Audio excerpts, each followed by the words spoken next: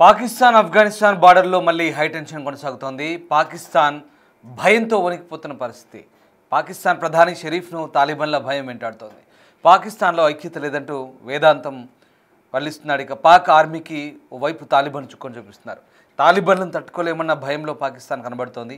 ఓవైపు ఆఫ్ఘనిస్తాన్ భారత్ను కలిపి ఓడిస్తామంటూ మేకపోతు గాంభీర్యం ప్రదర్శిస్తున్నారు. మరోవైపు రాజీ ప్రయత్నాలు సాగిస్తున్నారు. అందుకే సీజ్ఫైర్ ఒప్పందం పొడిగించినట్టు తెలుస్తుంది. ఖతర్లో రేపటి నుంచే రెండు దేశాల మధ్య చర్చలు జరగబోతున్నాయి. 2 పాయింట్స్ ఎజెండాతో ఈ చర్చలు కొనసాగే అవకాశం కనిపిస్తుంది. ఓవైపు ఓడిస్తామంటేనే మరోవైపు కాళ్ళబేరానికి వస్తుంది పాకిస్తాన్. ఆఫ్ఘనిస్తాన్తో వేగలేక, ఆఫ్ఘనిస్తాన్తో తట్టుకోలేక ఈ సీజ్ఫైర్ ఒప్పందాన్ని పొడిగించేందుకు బతిమాలుకుంటున్నట్టుగా తెలుస్తుంది. మొత్తం మీద పాకిస్తాన్ ఆఫ్ఘనిస్తాన్ మధ్య సంబంధాలు దిగజారుతున్న వేళ 48 గంటల సీజ్ఫైర్ ముగిసింది. దీంతో మళ్ళీ పాకిస్తాన్ ఆఫ్ఘనిస్తాన్ మధ్య ఉద్రిక్తతలు పెరిగాయి. ఖైబర్ పఖ్తూన్ఖ్వాలో ఆత్మాహుతి కారు బాంబు దాడి జరిగింది. ఖతర్ శాంతి చర్చలకు ఆతిథ్యం ఇచ్చిందంటూ చెప్తున్న వేళ ఈ ఒక్కసారి ఆత్మాహుతి బాంబు దాడి కలకలం రేపుతోంది. పొరుగు దేశాలు ఒకప్పుడు మిత్ర దేశాలుగా ఉన్న ఈ రెండు దేశాలు తాత్కాలిక సంధి గడువు ముగిసినందున పాకిస్తాన్ ఆఫ్ఘనిస్తాన్ దళాలపై క్రూరమైన సరిహద్దు దాడి జరిగిందనే నివేదికల మధ్య పాకిస్తాన్ ఆఫ్ఘనిస్తాన్ మధ్య టెన్షన్స్ మళ్ళీ పెరుగుతున్నాయి. రెండు దేశాల మధ్య రోజుల తరబడి జరిగిన రక్తపాత సరిహద్దు దాడుల తర్వాత దాదాపు 48 గంటల కాల్పుల విరమణ శుక్రవారం మధ్యాహ్నం 1 గంటకు ముగిసింది. దీంతో మళ్ళీ ఈ ఒప్పందాన్ని పొడిగించుకునేందుకే పాకిస్తాన్ ఆఫ్ఘనిస్తాన్ ఈ రెండు కూడా ప్రయత్నాలు చేస్తున్నారు. దానికి పాకిస్తాన్ వైపు నుంచే ఆ ప్రతిపాదన వచ్చినట్టు తెలుస్తుంది.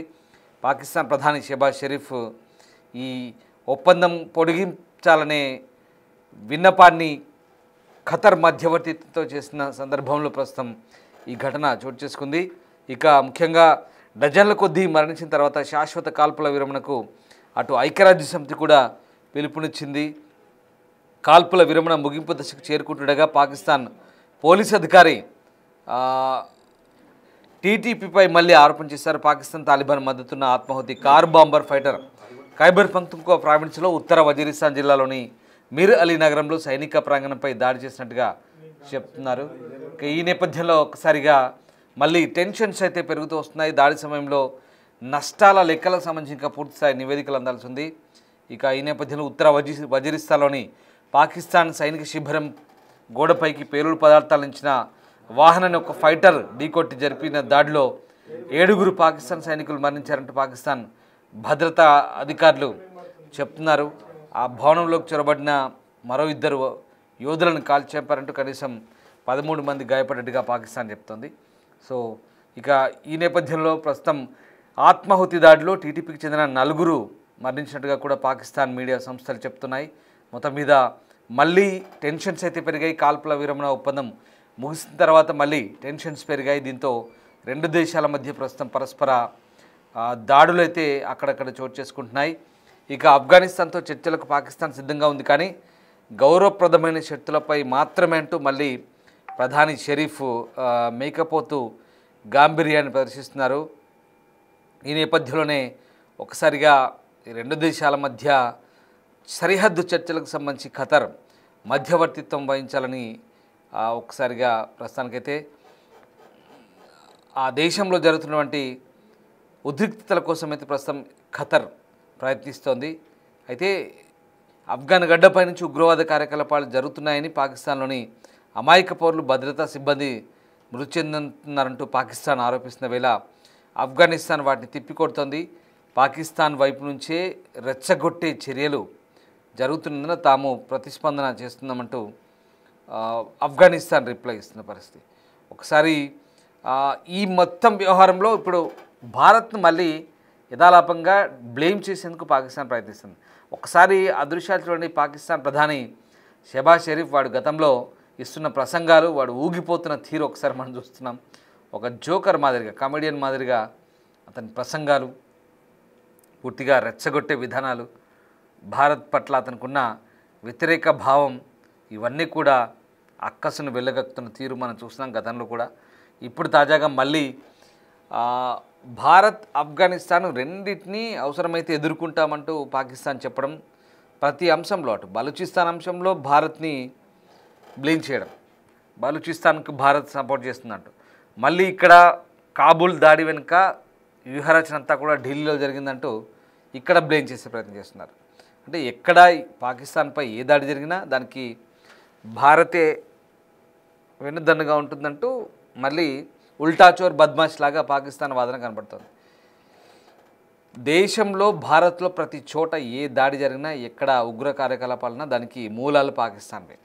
ఇది పాకిస్తాన్ నైజం. కానీ మళ్ళీ దొంగే దొంగ అన్నట్టుగా భారత్పై ఎదురుదాడికి దిగుతోంది పాకిస్తాన్. సో అది ప్రతి దాడికి భారత్ను లింకు చేయడం ద్వారా మళ్ళీ వివాదానికి ఈ పాకిస్తాన్ రక్షణ మంత్రి ఖ్వాజా షరీఫ్ తెరదించుతున్నాడు. ఇస్లామాబాద్ ఎదుర్కొనే ప్రతి దాడికి భారత్కు సంబంధం ఉందంటూ అక్కడి పాకిస్తాన్ మీడియాతో అనవసరమైనటువంటి ప్రగల్భాలు పలుకుతూ రెచ్చగొట్టే ప్రేలాపన చేస్తున్న పరిస్థితి కనబడుతుంది. సో రకంగా మనం రెచ్చగొడుతున్నాము, దానికి ఇక్కడ ఆఫ్ఘనిస్తాను వాళ్ళతో యుద్ధం చేస్తుంది అన్నట్టుగా అతని వాదన. సో ఏదేమైనప్పటికీ కూడా ప్రస్తుతానికైతే భారత్ గతంలో కూడా ఒక ప్రకటన చేశాడు. ఆఫ్ఘనిస్తాన్ తాలిబాన్ ప్రభుత్వం భారతదేశం తరఫున ప్రాక్సీ యుద్ధం చేస్తుందంటూ ఆరోపించారు. అంటే వాళ్ళ నోటికి అదుపు లేదు. గతంలో కూడా ఇదే ఖ్వాజా షరీఫ్ భారత్ పాకిస్తాన్ ఆపరేషన్ సింధూర్ జరుగుతున్న సమయంలో ఇంటర్నేషనల్ మీడియాతో ఫ్యాక్స్ న్యూస్తో మాట్లాడుతూ మేము గత 30 ఏళ్ళుగా పశ్చిమ దేశాల ట్రాప్లో పడి భారత్ను ఇబ్బంది పెడుతున్నామంటూ అతనే ఒప్పుకున్నాడు.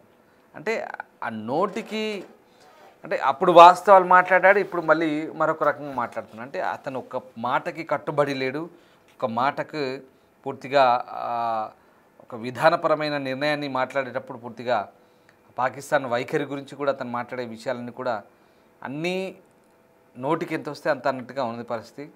సో రకంగా ఇటు శాశ్వత కాల్పుల విరమణ ఒప్పందం సంబంధించి ఐక్యరాజ్య సమితి కూడా పిలుపునిస్తుంది. రెండు దేశాల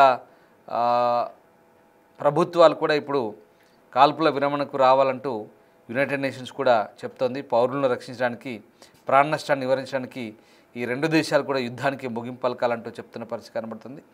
సో పాకిస్తాన్ రాజధాని పాకిస్తాన్ గత వారం కాబూల్తో సహా ఆఫ్ఘనిస్తాన్లోని అనేక టార్గెట్లను ఎయిర్ స్ట్రైక్ చేసి పాకిస్తాన్లోని సివిలియన్స్ని, ఆఫ్ఘనిస్తాన్లోని సివిలియన్స్ని చంపినట్టుగా ఆరోపణలు ఉన్నాయి. దీంతో ఈ రెండు దేశాల మధ్య ఉద్రిక్తతలు పెరుగుతున్న వేళ ఇప్పుడు మళ్ళీ ఖతర్లో రేపటి నుంచి రెండు దేశాల మధ్య చర్చలు జరగబోతున్నాయి.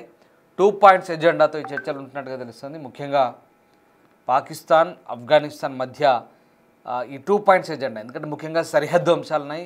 డ్యూరాండ్ లైన్ వెంబడి అక్కడ పోస్టులు, చెక్ పోస్టులకు సంబంధించిన ఒక అంశం అయితే ముఖ్యంగా ఇక్కడ కొన్ని అంశాలు చర్చకొచ్చే అవకాశం ఉంది. ఎందుకంటే ఐఎస్ మళ్ళీ పురుడు పోసుకుంటుంది ఖురాసన్ పేరుతో. అక్కడ అది పాకిస్తాన్ గడ్డ నుంచి ఆఫ్ఘనిస్తాన్ టార్గెట్ చేస్తుంటే పాకిస్తాన్ కొన్ని అంశాలు కూడా లేవనెత్తే అవకాశం ఉంది. టీటీపీ తెహ్రీక్ తాలిబాన్ పాకిస్తాన్ పేరుతో ఆఫ్ఘనిస్తాన్ నుంచి తమ గడ్డపై దాడి చేస్తున్నారంటే పాకిస్తాన్ ఎజెండాలో కొన్ని అంశాలు లేవనెత్తే అవకాశం ఉంది. ఈ రెండు అంశాలకు సంబంధించి ఖతర్ మధ్యవర్తిత్వం వహించబోతుంది. సో డీటెయిల్గా రేపు చర్చలు జరిగిన తర్వాత దీని పర్యవసానాలు ఏంటనేది మనకు తెలియబోతుంది. అయితే 48 అవర్స్ సీజ్ ఫైర్ ముగిసింది, కానీ మళ్ళీ భారత్ను ఆఫ్ఘనిస్తాన్ కలిసి ఓడిస్తామని ప్రగల్భాలు పలికిన పాకిస్తానే ఇంకొద్ది రోజుల పాటు ఈ సీజ్ ఫైర్ను పొడిగించాలంటే ఇప్పుడు ఖతర్ కాళ్ళు పట్టుకుంటుంది, కాళ్ళబెరనబోతుంది ఆఫ్ఘనిస్తాన్కి భయపడి. సో మొత్తం మీద ఆఫ్ఘనిస్తాన్తో భయానికి ఒక్కసారిగా పాకిస్తాన్ బెంబేలెత్తిపోతున్న పరిస్థితి.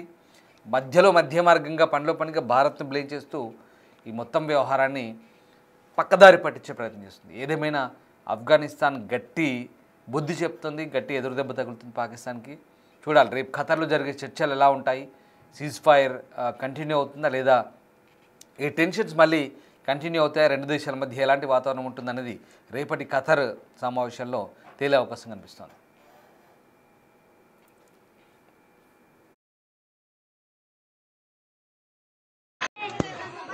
Bagdal Bagdal Bagdal Bagdal Bagdal